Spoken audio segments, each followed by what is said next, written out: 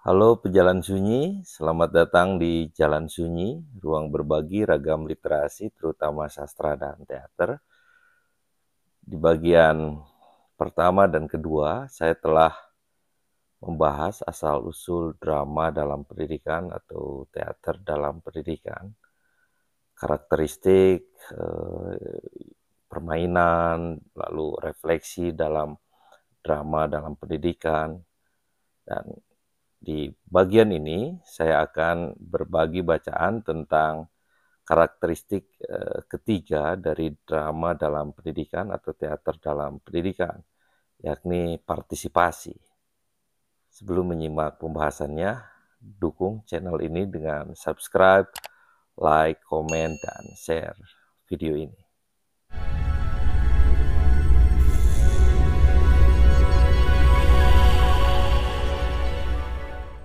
Partisipasi aktif juga memberikan kekuatan kepada anak-anak untuk memengaruhi, bukan hanya menjadi penonton pasif ya.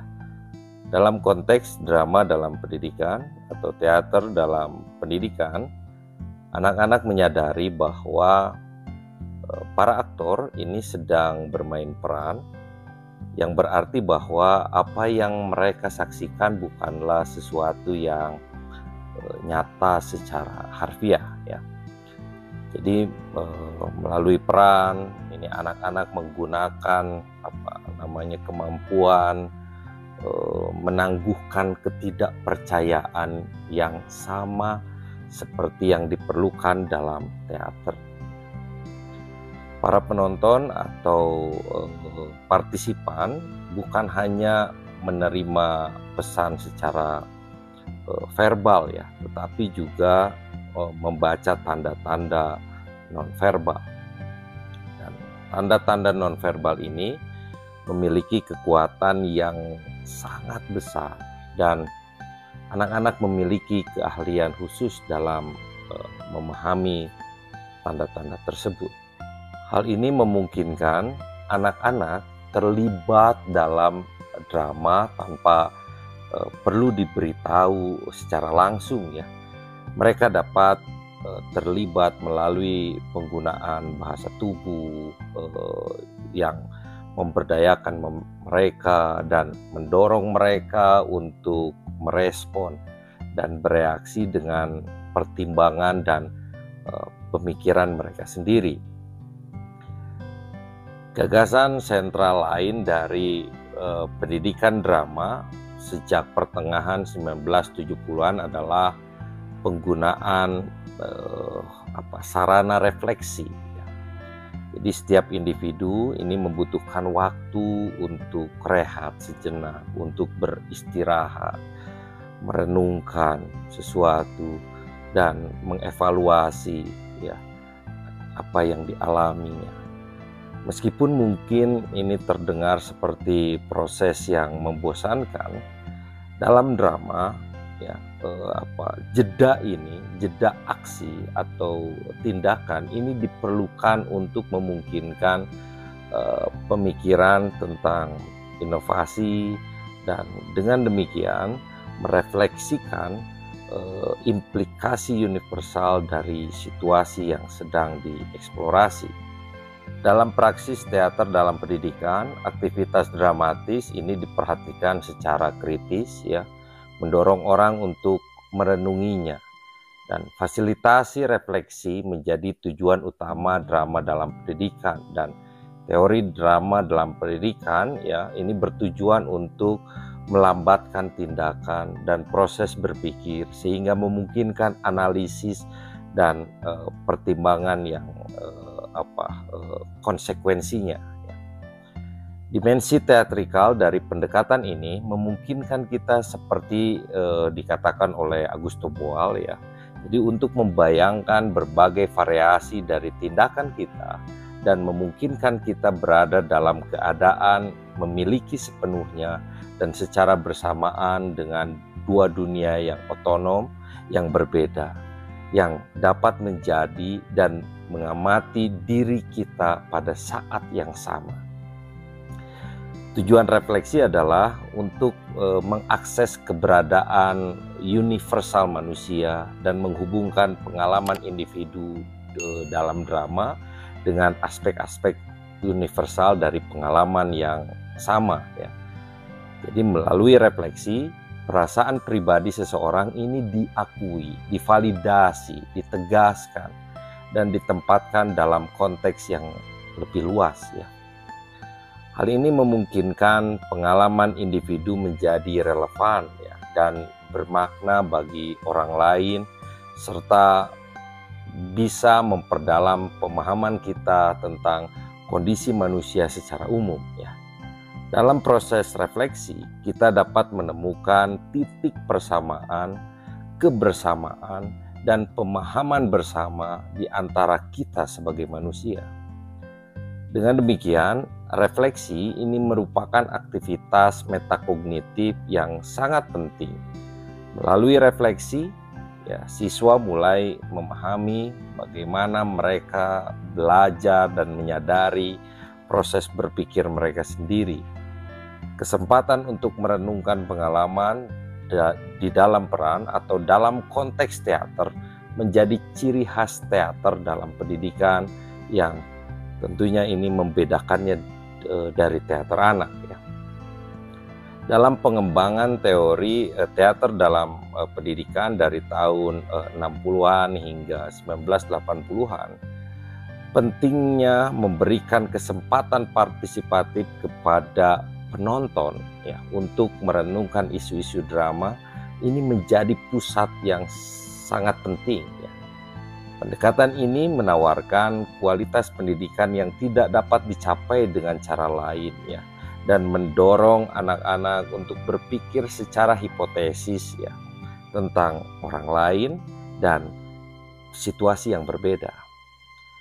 Dalam pendekatan drama dalam pendidikan, penekanan utamanya memang tidak pada drama sebagai pertunjukannya, tapi lebih daripada itu ya. Fokusnya adalah pada penggunaan peran dan refleksi dengan orientasi pada proses daripada produk akhir atau pertunjukannya.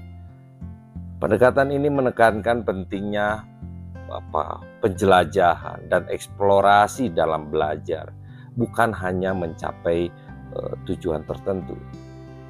Dalam drama dalam pendidikan, ya drama ini digunakan sebagai sarana untuk merangsang pemikiran, eksplorasi, dan refleksi yang memungkinkan peserta didik ini terlibat dalam pengalaman yang mendalam dan memperoleh pemahaman yang lebih luas tentang diri mereka dan dunia di sekitar mereka. Pada tahun 1980-an ya, kontribusi dari Agus Tobol ini dalam bentuk teater forum dan teater image ya sangat mempengaruhi praktek drama dalam pendidikan. Gagasan teater Boal ini mengajukan pendekatan yang berbeda dalam menggunakan refleksi yang lebih subjektif daripada pendekatan universal yang sering digunakan untuk analisis lebih lanjut. Dalam praktiknya, partisipan ini diundang untuk memainkan peran dan secara aktif mempertimbangkan cara-cara untuk mengatasi penindasan yang mereka alami dalam kehidupan nyata. Bagi Boal, ya, langkah pertama dalam mencari solusi adalah melalui tindakan, analisis, dan pemikiran kritis. Lebih penting bagi Boal untuk menciptakan ruang bagi diskusi dan debat yang terbuka ya daripada mencari solusi yang jelas.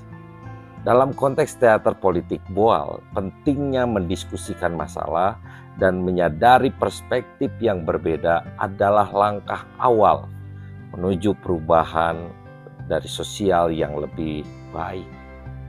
Melalui teater ini, peserta didik diharapkan dapat mengembangkan keterampilan analitis dan kritis ya, serta kemampuan untuk melihat dengan sudut pandang yang lebih luas, beragam, dan menyeluruh. Boal banyak sekali kecocokan dengan teori drama di Inggris yang mengutamakan eksplorasi ide melalui drama daripada sekedar representasi atau presentasi yang terlihat jelas. Dia berpendapat bahwa anak-anak seharusnya dapat menguji ide-ide mereka, mencobanya lagi, dan pada umumnya ini melatihnya, ya. Menurut Boal, fungsi drama ini harus berfungsi sebagai pendorong perubahan, dengan puncaknya adalah dampaknya ini dalam kehidupan nyata, ya, daripada ya fenomena estetik semata. Sekali lagi, penekanannya terletak pada proses pembelajaran melalui drama daripada hasil estetika apapun, ya. Dan menariknya ini direspon oleh Slade, ya. Dia menggunakan drama sebagai alat terapi, ya. Dan ia menggunakannya ya untuk membangun empati terhadap orang lain. Nah, Boal dan Slade ini sama-sama meyakini potensi drama untuk menguji ide, memfasilitasi pertumbuhan pribadi, dan memicu perubahan sosial. Mereka menganjurkan keterlibatan aktif dan eksperimen, ya, supaya memungkinkan individu, terutama anak-anak, ini dapat mengembangkan ide dan pemahaman mereka. Kekuatan transformasional ini, ya, di dalam drama terletak bukan pada aspek estetikanya, tetapi pada kemampuannya untuk memulai transformasi dalam kehidupan nyata. Boal dan Slade ini kemudian bersama-sama ya memiliki pandangan yang secara tegas ini ya menegaskan pentingnya drama sebagai alat yang berorientasi proses ya untuk perkembangan pribadi dan sosial. Gagasan selanjutnya ini muncul dari Hitchcock ya dan Bolton. Mereka mengungkapkan alur pemikiran yang sejalan dengan pengembangan permainan peran yang baru dimulai, di mana peserta didorong untuk membayangkan masa depan. Dalam pengantar buku The Rainbow of Desire, ya, Boal ini menggunakan seorang difikultator, ya. Ini berlawanan dengan fasilitator, ya, untuk meningkatkan kompleksitas suatu situasi ya di dalam kelompok. Sedangkan kan kalau di dalam teater tradisional ini penonton seringkali dinonaktifkan dan hanya dipaksa untuk berkontemplasi. Nah, perannya adalah difikultator ini ya untuk memfasilitasi refleksi. Jadi refleksi adalah satu-satunya hal yang dalam jangka panjang ini mengubah siapapun ya.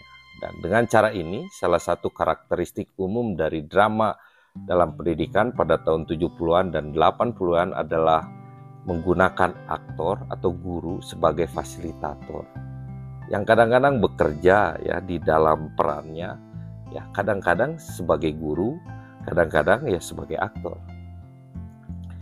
Pengaruh Augusto Boal pada drama dalam pendidikan ini sangat signifikan karena ia lebih jauh mendefinisikan penggunaan drama sebagai alat pemberdayaan partisipan untuk merefleksikan kondisi mereka sendiri dengan tujuan memungkinkan perubahan. Kekuatan yang unik dimiliki oleh manusia yaitu kemampuan untuk mengamati diri sendiri di dalam tindakannya yang tidak dimiliki oleh hewan. Jadi kembali lagi kita melihat penekanan pada kekuatan drama untuk menjadi pengaruh yang manusiawi dan potensi drama untuk memfasilitasi perubahan. Karena jika peserta drama tidak mengubah dunia, tidak ada yang akan mengubahnya bagi mereka. Ada suatu keyakinan bahwa pendidikan dan seni dapat menjadi mekanisme perubahan individu ya melalui drama dalam pendidikan. Perubahan personal secara implisit juga mencerminkan perubahan sosial ya. Dan aspek drama dan teater dalam pendidikan inilah yang kadang-kadang menghadapi ketegangan dalam sistem pendidikan ya. Ya, meskipun perkembangan pribadi seringkali dipuji sebagai tujuan pendidikan, ya, namun upaya untuk mencapai perubahan sosial ini seringkali dianggap penuh dengan resiko. Tantangan itu difasilitasi karena drama ya ini dianggap memberikan pengaruh ya sebagai alat perubahan ya. Jadi teater atau drama tidak hanya memiliki tujuan untuk menjelaskan dunia, tetapi juga untuk mengubahnya. Ada dua orang ahli, Johnson dan O'Neill, ini menyebut bahwa drama sebagai sarana untuk membangun jalan menuju perubahan. Ya. Lalu misalnya ada juga yang mengatakan bahwa kerangka drama dalam pendidikan adalah membantu anak-anak memahami dan merenungkan nilai-nilai sosial mereka dan peran mereka dalam proses perubahan yang dinamis. Namun perubahan yang terjadi tidak selalu terbatas pada realitas eksternal. Jadi kekayaan drama ini terletak pada potensinya untuk menghasilkan perubahan pemahaman dalam diri individu. Jika diringkas, drama adalah tentang mengurai pengalaman manusia menjadi pemahaman yang baru. Jika drama memiliki kekuatan untuk mencapai hal ini ya, seperti yang diklaim oleh banyak orang, maka drama dalam pendidikan yang menggunakan drama menjadi sangat penting ya, karena untuk dapat beradaptasi dalam lingkungan mereka, individu harus mampu bertindak secara efektif sebagai individu yang terintegrasi. Sebuah tanggung jawab besar ya, ini diemban oleh drama ya dalam konteks ini. Tanggung jawab ini juga hadir ya dalam gagasan teater dalam pendidikan yang sedang berkembang. Misalnya teater ini harus menjelajahi sebab dan akibat dan menunjukkan melalui presentasi alternatif ya dari kemungkinan-kemungkinan simultan ya untuk perubahan.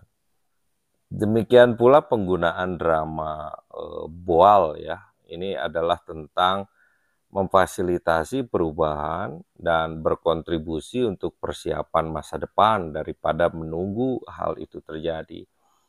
Teater dalam pendidikan menggunakan metaksis emosi dan refleksi untuk memfasilitasi perubahan dalam pikiran anak-anak dan membantu mereka memahami dunia mereka. Dari pemahaman ini diharapkan akan muncul kemungkinan-kemungkinan untuk menciptakan perubahan objektif dalam realitas anak-anak. Dalam pandangan banyak ahli teori dan pendidik ya, tujuan drama adalah membantu anak-anak memahami dunia mereka dan memberdayakan mereka. Drama adalah tentang memproduksi makna. Menurut Otto, drama dalam pendidikan memiliki keunggulan dibandingkan teater dalam pendidikan ya, karena teater dalam pendidikan tidak memiliki kemewahan seperti guru drama untuk menafsirkan dan menafsir ulang simbol bersama penonton.